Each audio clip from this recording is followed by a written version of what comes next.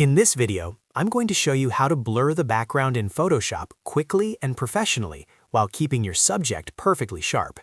This is one of the most useful editing techniques for portraits, product photos, and social media images because it helps your subject stand out and gives your photo a clean, cinematic look. The best part is that Photoshop can do most of the work automatically, so even beginners can achieve a professional result in just a few clicks.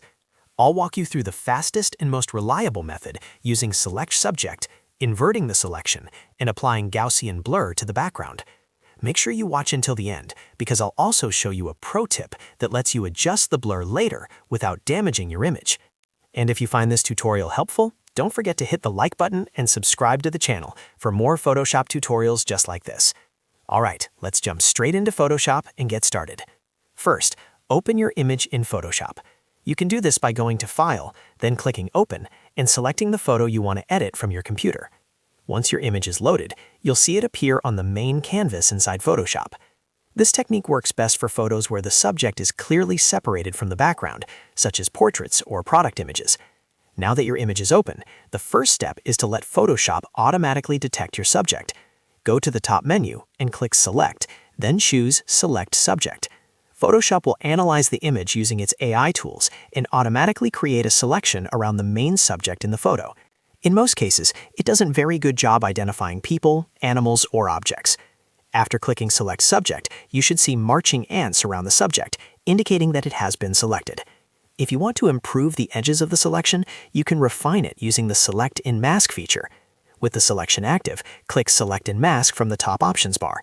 Inside this workspace, you can smooth edges, feather them slightly, or refine areas like hair to make the selection look more natural. This step is optional, but highly recommended if your subject has detailed edges like hair or fur. Once you're satisfied with the selection, apply the changes and return to the main Photoshop workspace. At this point, the subject itself is selected, but we actually want to blur the background instead of the subject. To do that, we simply invert the selection.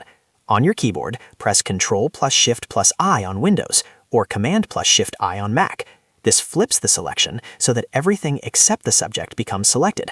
Now the background is the active selection, while your subject remains protected. With the background selected, we can now apply the blur effect. Go to the top menu, click Filter, then navigate to Blur and choose Gaussian Blur. A dialog box will appear with a radius slider that controls the strength of the blur.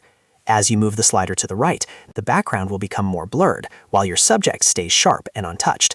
Adjust the radius slowly until the background looks soft and natural. The goal is to create separation between the subject and the background without making the blur look unrealistic. A subtle blur often looks more professional than an extremely heavy one, so take a moment to find the balance that works best for your image. Once you're happy with the look, click OK, and Photoshop will apply the blur to the background while preserving the sharpness of your subject. Now your image has that classic sharp subject with a beautifully blurred background effect. Before we finish, here's a quick pro tip that many beginners miss. Before applying the blur filter, it's a good idea to convert your layer into a smart object.